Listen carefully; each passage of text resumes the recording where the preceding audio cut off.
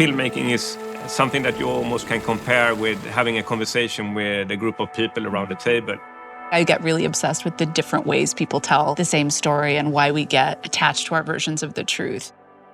Do you like to be a film director? Yeah, I love it. How about you? Yes, I do. Yeah. Okay, good. But I mean, it's I love this part of the filmmaking most where I am now, because right now I'm starting up the next idea, pitching the idea from a very simple place. You know, I just have a couple of sentences and then I talk to different people and then I just collect ideas. So I love this part. I don't like shooting so much, and the editing process is really, really fun, but also very, exhausting. Do you usually start like that, like with a concept, and then you go and talk about the concept before you've written the script? Yeah. Okay. My next film is going to be a film called The Entertainment System is Down. I've been hearing a lot about it. Okay. So I've been hearing a lot about it, but I've been fascinated by the fact that you talk about it so openly, because I think filmmakers can get so protective of their ideas. So do the characters come after the concept and you've had lots of conversations and then they emerge? Okay. Yeah. So I got inspired by the fact that you were doing this publicly. And so now I've started talking about, I'm not going to say what my idea is because I don't have it hashed out, but I think it's so interesting to just watch a filmmaker go around talking about their idea when it's in such a nascent stage. Yeah. So I'm so curious to see how this experiment goes. And I'll blame you if it goes badly. Yes, okay. Yeah.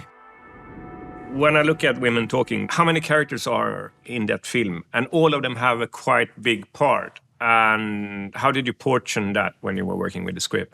I found that really complex in terms of just not dropping the thread on any particular character. So there are 9 that stay in the hayloft all the time. There are 3 at the beginning as well. So 12 characters.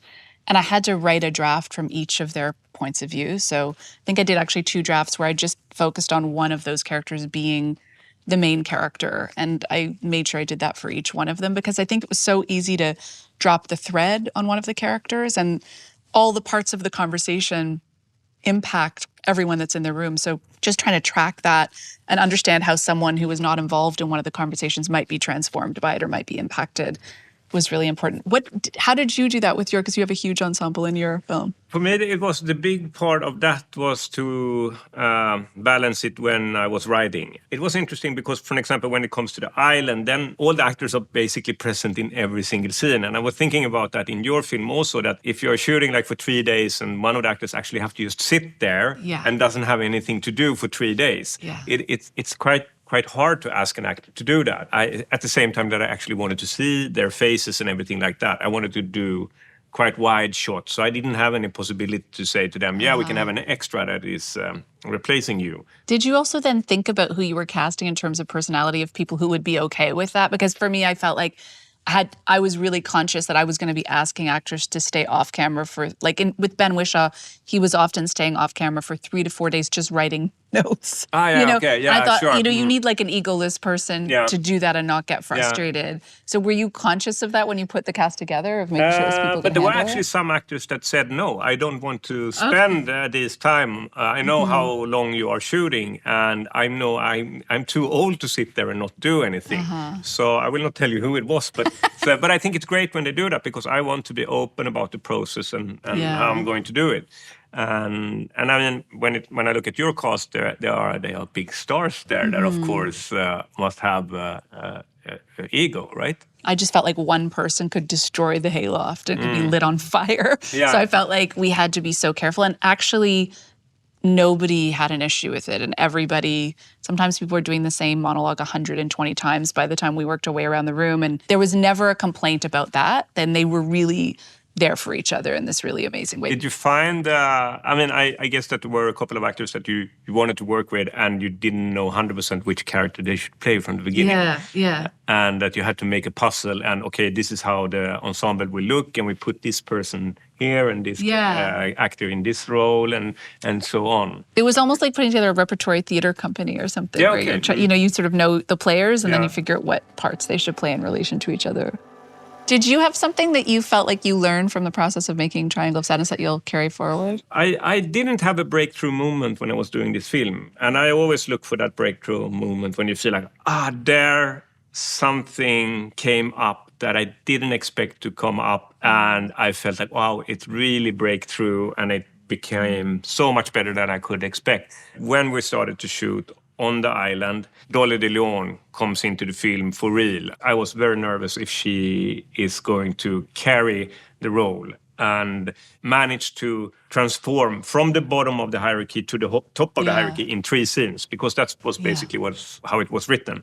And then we were shooting the scene when she says, on the yacht, cleaning lady and here, captain. That was the first day of her work on the island. And then I felt, yes, this is going to work. She's doing a great job. So that was a breakthrough moment, definitely. This is really bad. This is really, really bad. And do you rehearse? Like, did you have a sense of seeing her do those scenes before you shot them? Yes, I mean, we did a little bit on Zoom, but then when I shoot, first of all, okay, we rehearse the day before or the evening before. But then when we go on set, I like to start with a master shot so I can see all the actors, because I don't want to go too close to someone's face, because then I feel that there can be things that I don't 100% believe in the situation that I can't detect. But if you have a master shot, I feel that then I have an overview and I can detect if there's something that doesn't feel organic. So I always ask the actors, can you play through the scene?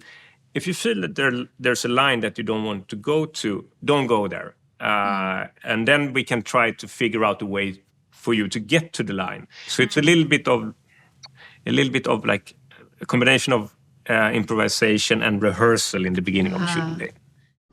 The ship is going under. Was there a breakthrough moment for you when you was making this film? Yeah.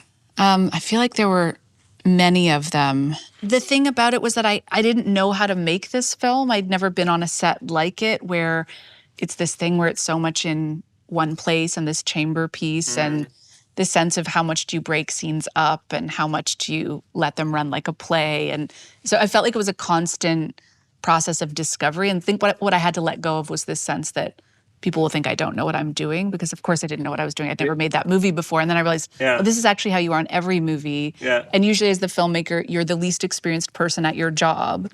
So it doesn't actually make sense to pretend you know what you're doing. Like, it's much better to just fumble through it and be open about that you don't know. Yeah, and be confident about not knowing what you're doing too, as opposed to have it diminish you. But did you work individually with all the actors? Did it first. So I had long meetings with each of them, and then I would bring them together as families for meetings or in relationship with each other.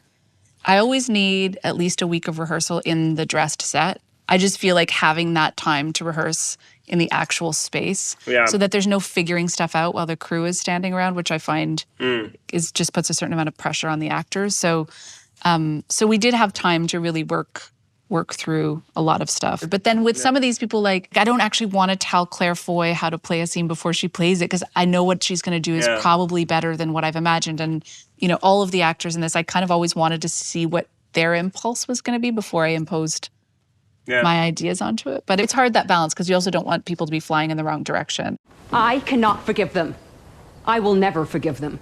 Did you experience like, oh no, this is not right? Yeah. Of course you did, but you don't have to tell me in which moment this happened. But did you? No, but actually I didn't do that really, because I think that during my casting process, I do a lot of improvisations with actors, and I have to feel that they are, how to say, grounded in the character in some way. Oh, you mean in terms of the actors? No, I don't think I had a moment of doubt about the actors.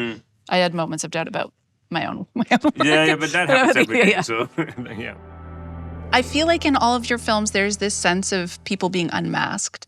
So there's an artifice, and then we get underneath the artifice. And often it's the more sort of complex aspects of human nature. Is there something in your life, or there were experiences in your life that made you kind of start turning around that idea a lot of who are people really? I have one memory of my childhood when I was maybe around 10 years old, that later on became a scene in my second feature film, in Voluntary.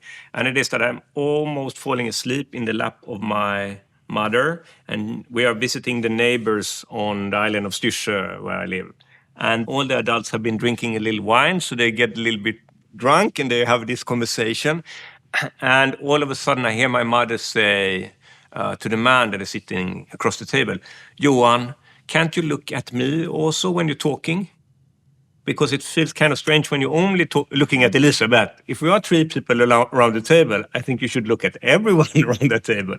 And maybe that is not like revealing something else about the characters, but what I got interested in that moment was that everybody was trying to not lose their face because you have broken like a social contract on how you should behave when you're socializing. Do you have anything from your upbringing that you go back to or think about when you are looking at your work?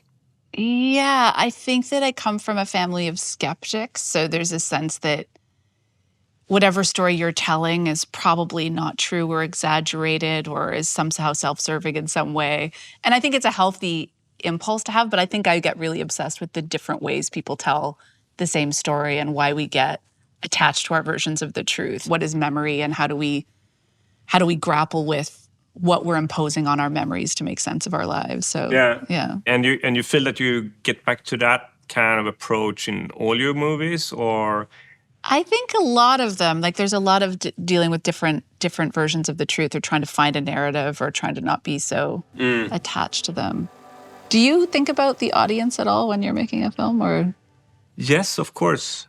I think about the audience in the way of like, okay, I have an idea of what you want to do. How am I going to communicate it to the audience? Because for me, filmmaking is something that you almost can compare with having a conversation with a group of people around the table. You can't talk in a mumbling way down in the table like this, because then they will not understand what you are saying. So filmmaking is definitely for me like a way of, okay, we have this big screen. The audience is going to sit in a room together. How do I create an experience for them where what I try to communicate is going to have an impact? So I definitely think about the audience. And in which way do you think about the audience? I kind of imagine it's just me. And so I feel like once I start to think too broadly about an audience, then I'm sort of weirdly watering down something. So I try to think of if I'm connecting with it, if it's clear to me, if there's something that says that's actually resonating. But I think so easily the audience conversation can morph from what you're talking about into a conversation with financiers about how do you make something the most obvious, accessible version of itself. And actually what was great about making this film was I constantly had producers and a studio who were saying, just let go of the guardrails, trust the audience, don't explain anything. And I thought that was kind of revolutionary, that I had that opposite pressure. It was really nice. Yeah. I have a fun aspect that I've been thinking about the audience lately. And it is that I would like it to be that when the audience go to a Ruben Östlund movie, they should know it's a risk involved. So when they go into the cinema and they sit down and the film starts, there will be a point in the movie where I'm going a little bit further than they expect me to do. So, and that was like something that I had as a guideline when it came to the storm and the vomiting. Yeah. That if you just do it a little bit, then it's a little childish. But if you go 10 steps further than the audience expects, then something will happen and it will start to mean something. And in this film that I'm starting to work on now, the entertainment system is down. I told you, like, okay, they are in this airplane and there's no entertainment. And the passengers are up to deal with boredom. I was thinking like this, that it's a kid that wants to borrow the iPad of the big brother. And the mother says, no, you have to wait 5 minutes. Then it's your turn. And the kid is like, sitting there dealing with boredom. And then I would like to challenge the audience that now you are going to deal with boredom. Oh, that's so the kid is asking, okay, how much is it left now? Come on now, it's 4 minutes and 30 seconds. Just deal with this. And then to let the characters deal with that in real time and the audience to deal with that in real time. And the goal is to create a scene that will be the biggest walkout in the history of cats. So great. Yay.